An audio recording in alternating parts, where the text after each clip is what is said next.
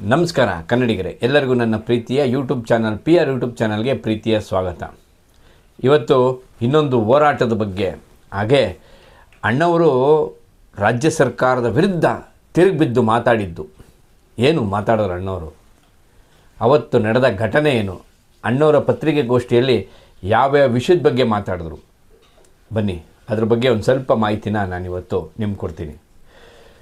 ಈ 3 ಮತ್ತು 4ನೇ ದರ್ಜೆ ಹೋರಾಟ ಎಷ್ಟೋ ಜನಕ್ಕೆ ಗೊತ್ತು. ಸರ್ಕಾರಿ ಉದ್ಯೋಗದಲ್ಲಿ 3 ಮತ್ತು 4ನೇ ದರ್ಜೆ ನೌಕರರಿಗೆ ಕನ್ನಡ ಪರೀಕ್ಷೆ ಕಡ್ಡಾಯ ಆಗಬೇಕು ಅಂದ್ಬಿಟ್ಟು ಅಖಿಲ ಕರ್ನಾಟಕ ಡಾಕ್ಟರ್ ರಾಜ್ಕುಮಾರ್ ಅಭಿಮಾನಿಗಳ ಸಂಘ ನಮ್ಮ ಸಾರಾ ಗೋವಿಂದ ಅಣ್ಣ ನೇತೃತ್ವದಲ್ಲಿ ಬೃಹತ್ತಾದ ಪ್ರತಿಭಟನೆ ಮಾಡಿತು. ಇದನ್ನು ಮಾಡಲೇಬೇಕು, ಈ ಪರೀಕ್ಷೆ ಆಗಲೇಬೇಕು, ಈ ಪರೀಕ್ಷೆಯಲ್ಲಿ ತೇರ್ಗಂಡವ್ರು ಮಾತ್ರ ನಿಮಗೆ 3 ಮತ್ತು 4ನೇ ದರ್ಜೆ ನೌಕರರಾಗಬೇಕು ಅಂದ್ಬಿಟ್ಟು ಸಂಘ ಒಂದು ಇತಿಹಾಸನೇ ಸೃಷ್ಟಿ ಮಾಡಿದಂಥ ಒಂದು ಹೋರಾಟ ಮಾಡಿತು. ಅದು ನಿಮಗೆಲ್ಲ ತಿಳಿದಿದೆ, ಈಗಲೇ ನಾನು ಹಳೆ ವಿಡಿಯೋಗಳಲ್ಲಿ ಅದನ್ನು ಹೇಳಿದ್ದೀನಿ. ಸರಿ, ಮುಂದಕ್ಕೆ ಹೋಗೋಣ. ಹೀಗಾಗಿ ಸರ್ಕಾರ ಇದನ್ನು ಪರಿಗಣಿಸಲ್ಲದೇ ಇದ್ದಾಗ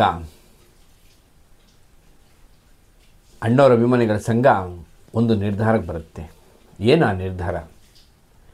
ಅದೇ ಬೆಂಗಳೂರು ಬಂದ್. ಬೆಂಗಳೂರು ಬಂದ್ಗೆ ಅಣ್ಣವರ ಅಭಿಮಾನಿಗಳ ಸಂಘ ನಿರ್ಧಾರ ಮಾಡುತ್ತೆ.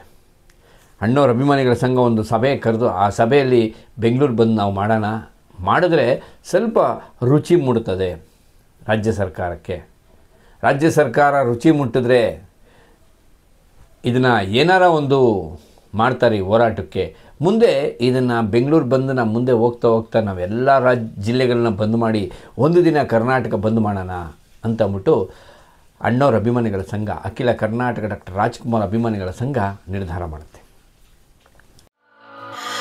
What does perfect even mean? Is there even such a thing? Ooh, can we switch up all the rules and imagine a utopia? Darling, I'm just so fed up with these expectations. They keep weighing me down. My heart is begging me to get the ಜನವರಿ 18, 1984 ಬೆಂಗಳೂರು ಬಂದ್ಗೆ ಅಖಿಲ Karnataka doctor Rajkumar ಅಭಿಮಾನಿಗಳ ಸಂಘ ಅದರ ಅಧ್ಯಕ್ಷರಾದಂಥ ಶ್ರೀ ಸಾರಾ ಗೋವಿಂದ ಅಣ್ಣನವರು ಬಂದ್ಗೆ ಕರೆ ಕೊಡ್ತಾರೆ. ವ್ಯಾಪಕವಾಗಿ ಇಡೀ ಆಗಿದ್ದಂಥ ಕನ್ನಡ ಸಂಘದ ಪರ ಸಂಘಟನೆಗಳು, ಹಿರಿಯ ಸಾಹಿತಿಗಳು ಎಲ್ಲರೂ ಸಹ ಬಂದ್ಗೆ ಬೆಂಬಲ ಕೊಡ್ತಾರೆ. ಆಗಿದ್ದಂಥ ಜಿ ನಾರಾಯಣ್ ಕುಮಾರ್ ಅವರು, ಹಿರಿಯ ಹೋರಾಟಗಾರರು ಜಿ ನಾರಾಯಣ್ ಕುಮಾರ್ ಅವರು ಸಹ ಆಗಿನ ಬಂದ್ಗೆ ಬೆಂಬಲ ಕೊಡ್ತಾರೆ. ಎಲ್ಲ ಪೇಪರ್ ಕಟ್ಟಿಂಗ್ಸು ನಿಮಗೆ ಸ್ಕ್ರೀನಲ್ಲಿ ಬರ್ತಾ ಇರ್ತದೆ ನೋಡಿ. ಆಗ ನಿಮಗೆ ಎಲ್ಲ ಬೆಂಬಲಗಳು ಬರುತ್ತೆ. ಜನವರಿ 15ನೇ ತಾರೀಕು ಬೆಂಗಳೂರಿನಲ್ಲಿ ಒಂದು ಬೃಹತ್ತಾದ ಪ್ರತಿಭಟನೆ ಮಾಡುತ್ತಾರೆ ಅಣ್ಣವರ ಅಭಿಮಾನಿಗಳ ಸಂಘ. 18ನೇ ತಾರೀಕು ಬೆಂಗಳೂರು ಬಂದಿದೆ, ಇದಕ್ಕೆ ಸಹಕರಿಸಿ ಈ ಹೋರಾಟನ ಯಶಸ್ವಿಗೊಳಿಸಿ ಅಂತ ಸಾರಾ ಗೋವಿಂದಣ್ಣವರು ಮತ್ತು ಸಂಘದ ಎಲ್ಲರೂ ಒಂದು ಬೃಹತ್ತಾದ ಅಭಿಮಾನಿಗಳ ಬೃಹತ್ ಮೆರವಣಿಗೆ ಮಾಡ್ತಾರೆ. ಆ ಮೆರವಣಿಗೆಯಲ್ಲಿ ಅಣ್ಣವರು ಸಹ ಭಾಗವಹಿಸ್ತಾರೆ. ನೋಡಿ, ಅಣ್ಣವರು ಅಭಿಮಾನಿಗಳಿಗೆ ಏನೇ ಒಳ್ಳೆಯ ಕೆಲಸ ಮಾಡಿದ್ರು ಅದಕ್ಕೆ ಬೆಂಬಲ ಕೊಡ್ತಾರೆ. ಅವ್ರಿಗೆ ಗೊತ್ತು ಅಣ್ಣವ್ರಿಗೂ ನನ್ನ ಅಭಿಮಾನಿಗಳು ಯಾವತ್ತೂ ಕೆಟ್ಟ ಕೆಲಸ ಮಾಡಲ್ಲ ಅಂತ. ಅದಕ್ಕೆ ಅಣ್ಣವ್ರ ಅಭಿಮಾನಿಗಳು ಇವತ್ತೂ ನಂಬರ್ 1 ಆಗಿ ಇರೋದು. ಅಣ್ಣವರು ನಂಬರ್ 1, ಅಭಿಮಾನಿಗಳು ನಂಬರ್ 1. ಇದು ವಿಶ್ವದಲ್ಲಿ ಇದೊಂದೇ ಜಾಗದಲ್ಲಿ ಈ ಥರ ಇರೋದು. ಅಣ್ಣವರು ಸಹ ಪ್ರತಿಭಟನೆಯಲ್ಲಿ ಪಾಲ್ಗೊಳ್ತಾರೆ. ಪ್ರತಿಭಟನೆಯಲ್ಲಿ ಪಾಲ್ಗೊಂಡು ಇನ್ನೇನು ಮಾತುಕತೆ ಒಬ್ಬೊಬ್ಬರೇ ಬಂದು ಭಾಷಣ ಮಾಡ್ತಾ ಇರ್ತಾರೆ. ಅಣ್ಣವ್ರ ಸರದಿನೂ ಬರುತ್ತೆ. ಅವರು ಸಹ ಪ್ರತಿಭಟನೆ ಮಾತಾಡ್ತಾ ಹೇಳ್ತಾರೆ, ಇದನ್ನು 3 ಮತ್ತು 4ನೇ ದರ್ಜೆ ನೌಕರರಿಗೆ ಕನ್ನಡ ಕಡ್ಡಾಯ ಆಗಬೇಕು, ಹಂಗೆ ಹಿಂಗೆ ಅಂತೆಲ್ಲ ಅಣ್ಣವರು ಮಾತಾಡ್ತಾ ಇರ್ತಾರೆ. ಆಗ ಒಂದು ವಿಷಯ ಅಲ್ಲಿ ಪ್ರಸ್ತಾವ ಆಗುತ್ತೆ. ಒಬ್ಬ ವ್ಯಕ್ತಿ, ಅವ್ರ ಹೆಸರು ಹೇಳಲ್ಲ ನಾನು, ಅದು ನಿಮಗೆಲ್ಲರಿಗೂ ಗೊತ್ತಿದೆ ಅವ್ರ ಹೆಸರು ಯಾರು ಅಂತ. ಆ ವ್ಯಕ್ತಿ ಹೇಳ್ತಾರೆ, ಈ ಕಲಾವಿದರು ಹೊಟ್ಟೆಪಾಡಿಗೋಸ್ಕರ ಕನ್ನಡದ ಹೋರಾಟಕ್ಕೆ ಇಳಿದಿದ್ದಾರೆ ಅಂತ ಹೇಳ್ತಾರೆ. ಅಣ್ಣವ್ರಿಗೆ ತುಂಬ ಕೋಪ ಬಂದಿರುತ್ತೆ ಆ ಮಾತು. ಅಣ್ಣವರು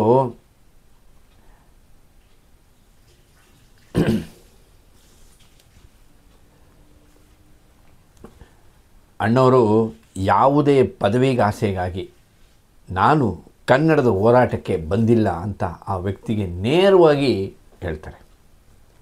ನಂತರ ಅಣ್ಣವರು ಸುಮ್ಮನೆ ಭಾಷಣದಲ್ಲಿ ಮಾತಾಡ್ತಾ ಏನೋ ನೋಡಿ ನಾಡಿದ್ದು 18ನೇ ತಾರೀಕು ಬೆಂಗಳೂರು ಬಂದಂತೆ ಎಲ್ಲ ಕರೆ ಕೊಟ್ಟಿದ್ದಾರೆ, ಅದೊಂದು ಚೂರು ಹಂಗೆ ಯಶಸ್ವಿ ಮಾಡಿಬಿಡಿ ಅಂತ ಬಿಟ್ಟು ಅಣ್ಣವ್ರು ಒಂದೇ ಒಂದು ಕಿವಿ ಮಾತು ಕೊಡ್ತಾರೆ ಅಷ್ಟೇ.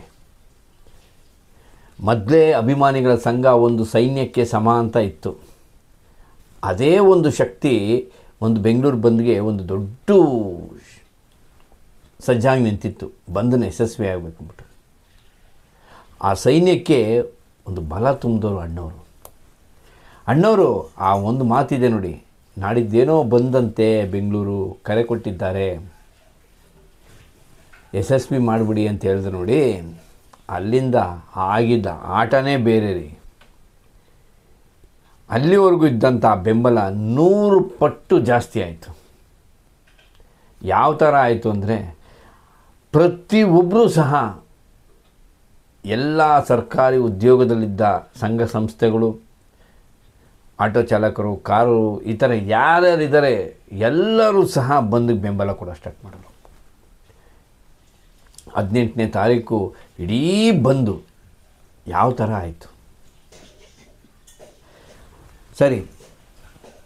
15 ಅಣ್ಣವ್ರು ಹೇಳಿದ ನಂತರ 16 ಆಯಿತು, 17 ಬಂದು ಯಶಸ್ವಿ ಆಗಲೇಬೇಕು ಅಂದ್ಬಿಟ್ಟು ಅಭಿಮಾನಿಗಳು, ಸಂಘದವರು ಹಲವಾರು ರೀತಿಯ ಮನವರಿಕೆಗಳು, ಅಂದರೆ ಯಾವ ಥರ ಮನವರಿಕೆಗಳು, ಜನತೆಗೆ, ಬೆಂಗಳೂರಲ್ಲಿದ್ದಂಥ ಆಗಿನ ಜನತೆಗೆ ಅಣ್ಣವ್ರ ಅಭಿಮಾನಿಗಳು ಮನವರಿಕೆ ಮಾಡಿಕೊಟ್ರು. ನಾವು ಏನಕ್ಕೆ ಈ ಹೋರಾಟ ಮಾಡ್ತಾಯಿದ್ದೀವಿ, ಈ ಹೋರಾಟ ನಾವು ಯಾಕೋಸ್ಕರ ಮಾಡ್ತೀವಿ, ಇದು ಇಲ್ಲಿನ ಮಕ್ಕಳು, ಇಲ್ಲಿನ ರೈತರ ಮಕ್ಕಳು, ಕನ್ನಡ ನಾಡಿನ ಕನ್ನಡಿಗರಿಗೆ ಕೆಲಸ ಸಿಗಬೇಕು, ಕನ್ನಡವನ್ನು ಕಲಿತವನಿಗೆ ಕೆಲಸ ಸಿಗಬೇಕು. ಯಾರೋ ಎಲ್ಲಿಂದನೋ ಬಂದುಬಿಟ್ಟು ಅವನ ಭಾಷೆಯಲ್ಲಿ ಬರೆದ್ಬಿಟ್ಟು ಹೋಗಿ ಇಲ್ಲಿ ಗೌರ್ಮೆಂಟ್ ಕೆಲಸ ಸಿಕ್ಕಂಡ್ರೆ ಇಲ್ಲಿನ ಮಕ್ಕಳು ಏನಾಗಬೇಕು, ಇಲ್ಲಿನ ರೈತರ ಮಕ್ಕಳು ಏನಾಗಬೇಕು, ಇಲ್ಲಿನ ಈ ನಾಡಿನ ಮಕ್ಕಳು ಏನಾಗಬೇಕು ಅಂದ್ಬಿಟ್ಟು ಅಣ್ಣವ್ರ ಅಭಿಮಾನಿಗಳು ಮಾಡಿದ್ದ ಈ ಹೋರಾಟ. ಇದನ್ನು ಜನಕ್ಕೆ ತಿಳಿ ಹೇಳಬೇಕು. ಆಗ ಹೇಳಿದ್ರೆ ತಾನೇ ಅವರು ಹೌದು ಕರೆಕ್ಟ್, ಇವ್ರು ಹೇಳ್ತಾರೋ ಸರಿ ಅಂದ್ಬಿಟ್ಟು ಬಂದಕ್ಕೆ ಬೆಂಬಲ ಕೊಡೋದು. ಇದನ್ನು ಅಣ್ಣವ್ರ ಅಭಿಮಾನಿಗಳು ಎಷ್ಟು ಅಚ್ಚುಕಟ್ಟಾಗಿ ಮಾಡಿದ್ರಂದರೆ ಜನಕ್ಕೆ ಅವ್ರಿಗೆ ಮನದಲ್ಲಿ ತುಂಬಿಸಿದ್ರು. ಈ ಹೋರಾಟ ಏನಕ್ಕೆ ನಾವು ಮಾಡ್ತಾಯಿದ್ದೀವಿ, ಇದನ್ನು ನೀವು ಅರ್ಥ ಮಾಡ್ಕೊಳ್ಳಿ, ಇದಕ್ಕೆ ಬೆಂಬಲ ಕೊಡಿ ಅಂತ ಅಂದ್ಬಿಟ್ಟು ಅಚ್ಚುಕಟ್ಟಾಗಿ ಜನಕ್ಕೆ ಮನಸ್ಸಿಗೆ ತುಂಬಿಸಿದ್ರು. ಇಡೀ ಕರ್ನಾಟಕನೇ ಇಡೀ ಬೆಂಗಳೂರೇ ನಿಶಬ್ದ ಆಗೋಗಿತ್ತು. ಸರಿ, 17 ರಾತ್ರಿ ಎಲ್ಲರೂ ತಮ್ಮ ಮನೆಗೆ ಹೋದರು. ಇಡೀ ಬೆಂಗಳೂರು ಕತ್ತಲ ವಾತಾವರಣ ಆಯಿತು. ಬೆಳಿಗ್ಗೆ ಆದರೆ ಇಡೀ ಬೆಂಗಳೂರು ಬಂದು ಎಲ್ಲ ತಮ್ಮ ಮನೇಲಿದ್ದಾರೆ. ಬೆಳಿಗ್ಗೆ ಎದ್ದೇಳ್ತಾರೆ, ಎಲ್ಲರೂ ಎದ್ದೇಳ್ತಾರೆ. ಜನಗಳೆಲ್ಲ ಹೋರಾಟಗಾರರು, ಅಭಿಮಾನಿಗಳು ಬಿಡಿ, ಹೋರಾಟಕ್ಕೆ ಸಜ್ಜಾಗಿ ನಿಂತಿದ್ರು. ಈ ಸಾಮಾನ್ಯ ಜನಗಳು ಬೆಳಿಗ್ಗೆ ಎದ್ದು ಏನು ಮಾಡ್ತಾರೆ, ಒಂದು ಪೇಪರ್ ಓದ್ತಾರೆ, ಒಂದು ಹಾಲು ಬಂದಿರುತ್ತೆ, ಕಾಫಿ ಕುಡಿತಾರೆ. ಅವತ್ತು ಬಂದು ಹೊರಗಡೆ ಹೋಗಂಗಿಲ್ಲ ಅಂದ್ಬಿಟ್ಟು ಎಲ್ಲ ಮನೇಲೇ ಇರ್ತಾರೆ. ಅವ್ರಿಗೆ ಅಲ್ಲೇ ಆಶ್ಚರ್ಯ ಕಾಣಿಸ್ಬಿಡ್ತೀರಿ. ಏನಾಯಿತು, ಪೇಪರ್ ಬಂತು, ಹಾಲು ಬಂದಿಲ್ಲ ರೀ.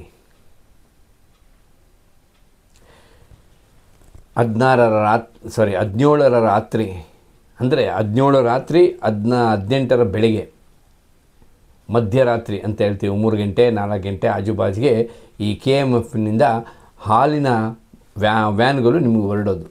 ಬೆಳಗಿನ ಜಾವ 3 ಗಂಟೆ 4 ಗಂಟೆಗೆ ಹಾಲಿನ ಡಿಸ್ಟ್ರಿಬ್ಯೂಷನ್ ಆಗುತ್ತೆ, ಆಚೆ ಬರುತ್ತೆ. ಗಾಡಿಯೆಲ್ಲ ಬಂದು ಒಂದೊಂದು ಕಡೆಗೆ ಹೋಗಿ ಒಬ್ಬೊಬ್ಬರಿಗೆ ಅಲ್ಲಿ ಒಂದೊಂದು ಏರಿಯಾಗೆ ಹೋಗುತ್ತೆ. ಅವತ್ತು ಅಣ್ಣವ್ರ ಅಭಿಮಾನಿಗಳು ಇತಿಹಾಸದಲ್ಲಿ ಯಾರೂ ಮಾಡಲಾಗದಂಥ ಒಂದು ಸಾಧನೆನ ಮಾಡಿ ತೋರಿಸಿದ್ರು.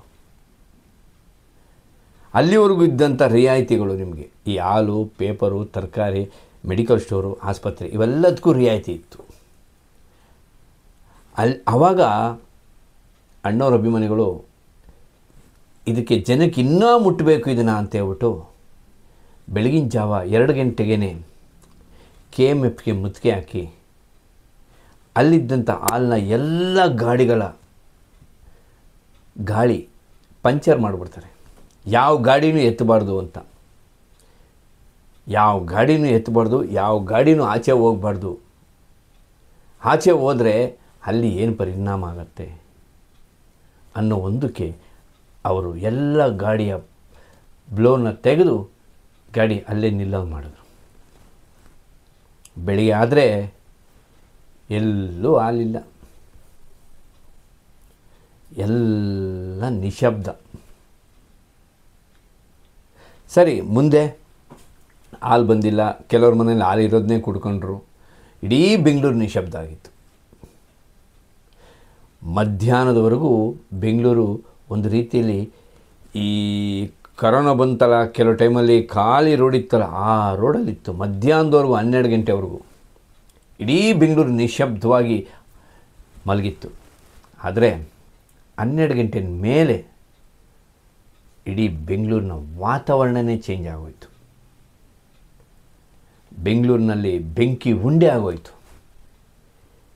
ಇಡೀ ಬೆಂಗಳೂರು ಹತ್ತು ಉರಿದೋಯ್ತು. ಯಾವ ಥರ ಹತ್ತು ಉರಿದೋಯ್ತು ಅಂದರೆ ಸುಮಾರು 3 ರಿಂದ 4 ಜನ ಅವತ್ತು ನಮ್ಮಿಂದ ದೂರ ಆದರು. ಗೋಲಿಬಾರ ಆಯಿತು, ಲಾಠಿ ಚಾರ್ಜ್ ಆಯಿತು.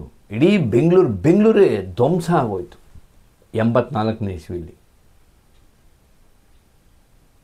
ಇಡೀ ಬೆಂಗಳೂರು ಧ್ವಂಸ ಆಗಿ ಸಂಜೆ ಅಷ್ಟರಲ್ಲಿ 3 ರಿಂದ 4 ಜನ ನಮ್ಮಿಂದ ದೂರ ಆದರು.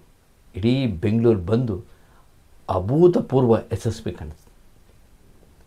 ಸರ್ಕಾರ ನಡುಗೋಯ್ತು. ನಂತರ ಮಾರನೇ ದಿನ ಬೆಳಿಗ್ಗೆ ಕನ್ನಡದ ಒಂದು ದಿನಪತ್ರಿಕೆ, ಆ ಪತ್ರಿಕೆ ಹೆಸರು ಹೇಳಲ್ಲ, ಕನ್ನಡದ ಒಂದು ದಿನಪತ್ರಿಕೆ ಹೆಡ್ಡಿಂಗ್ ಏನಾಕಿತ್ತು ಗೊತ್ತಾ ನಿಮಗೆ?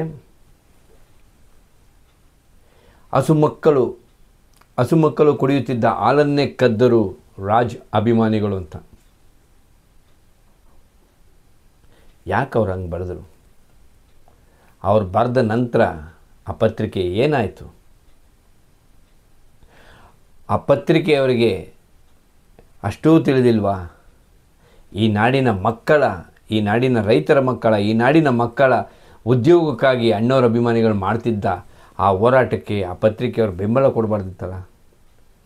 ಆ ಪತ್ರಿಕೆ ಯಾವುದೋ ಒಂದು ಪಕ್ಷದ ಮಾತು ಕೇಳಿ ಅವತ್ತು ಆ ಹೆಡ್ಡಿಂಗ್ಸ್ ಹಾಕಿದರು.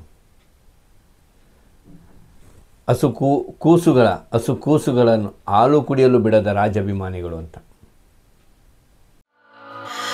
What does perfect even mean? Is there even such a thing? Ooh, can we switch up all the rules and imagine a utopia? Darling, I'm just so fed up with these expectations. They keep weighing me down. My heart is begging me to get the ನಂತರ ಆ ಪತ್ರಿಕೆ ಕತೆ ಏನಾಯಿತು? ಅದಾದ ನಂತರ ಅಂದರೆ ಸುಮಾರು 18, 19, 21, 22 ಇರಬೇಕು, ನನಗೆ ಸರಿಯಾಗಿ ಅದ್ರ ಡೇಟು ಜ್ಞಾಪನ ಇಲ್ಲ. ಒಂದು ಪತ್ರಿಕಾಗೋಷ್ಠಿ ಅಣ್ಣವ್ರು ಮಾಡ್ತಾರೆ. ಆ ಪತ್ರಿಕಾಗೋಷ್ಠಿಯಲ್ಲಿ ಸರ್ಕಾರದ ವಿರುದ್ಧ ಅಣ್ಣವರು ಬೆಂಕಿ ಉಂಡೆ ಹಾಕ್ತಾರೆ. 3 ಮತ್ತು 4ನೇ ದರ್ಜೆ ನೌಕರರಿಗೆ ಏನಕ್ಕೆ ಕೆಲಸ ಸಿಗಬೇಕು, ಏನಕ್ಕೆ ಕೆಲಸ ಸಿಗಬಾರ್ದು, ಯಾವ ಥರ ಪದ್ಧತಿ ಇದೆ, ಅದ್ರ ಬಗ್ಗೆ ಎಲ್ಲ ಅಣ್ಣವರು ಡೀಟೇಲಾಗಿ ಆ ಪತ್ರಿಕಾಗೋಷ್ಠಿಯಲ್ಲಿ ಮಾತಾಡ್ತಾರೆ. ಅಣ್ಣವರು ಆ ಪತ್ರಿಕಾಗೋಷ್ಠಿಯಲ್ಲಿ ಏನು ಮಾತಾಡಿದ್ರು ಮತ್ತು ಅಣ್ಣವ್ರ ಅಭಿಮಾನಿಗಳ ವಿರುದ್ಧ ಆ ಬಂದ ಪತ್ರಿಕೆ ಹೇಳಿಕೆ ಏನಾಯಿತು, ಇದನ್ನೆಲ್ಲ ನಾನು ಮುಂದಿನ ಎಪಿಸೋಡಲ್ಲಿ ಹೇಳ್ತೀನಿ. ಅಲ್ಲಿವರೆಗೂ ನನ್ನ ಚಾನಲ್ನ ನೋಡ್ತಾ ಇರಿ, ಸಬ್ಸ್ಕ್ರೈಬ್ ಮಾಡಿ, ಶೇರ್ ಮಾಡಿ, ಕಮೆಂಟ್ ಮಾಡಿ, ಲೈಕ್ ಮಾಡಿ. ನಿಮ್ಮ ಅಭಿಪ್ರಾಯ ಏನೇ ಇದ್ದರೂ ನನಗೆ ನೇರವಾಗಿ ತಿಳಿಸಿ. ಸಿರಿಗನ್ನಡಂ ಗೆಲ್ಗೆ ಸಿರಿಗನ್ನಡಂ ಬಾಳ್ಗೆ. ಜೈ ಕರ್ನಾಟಕ ಮಾತೆ. ನಮಸ್ಕಾರ.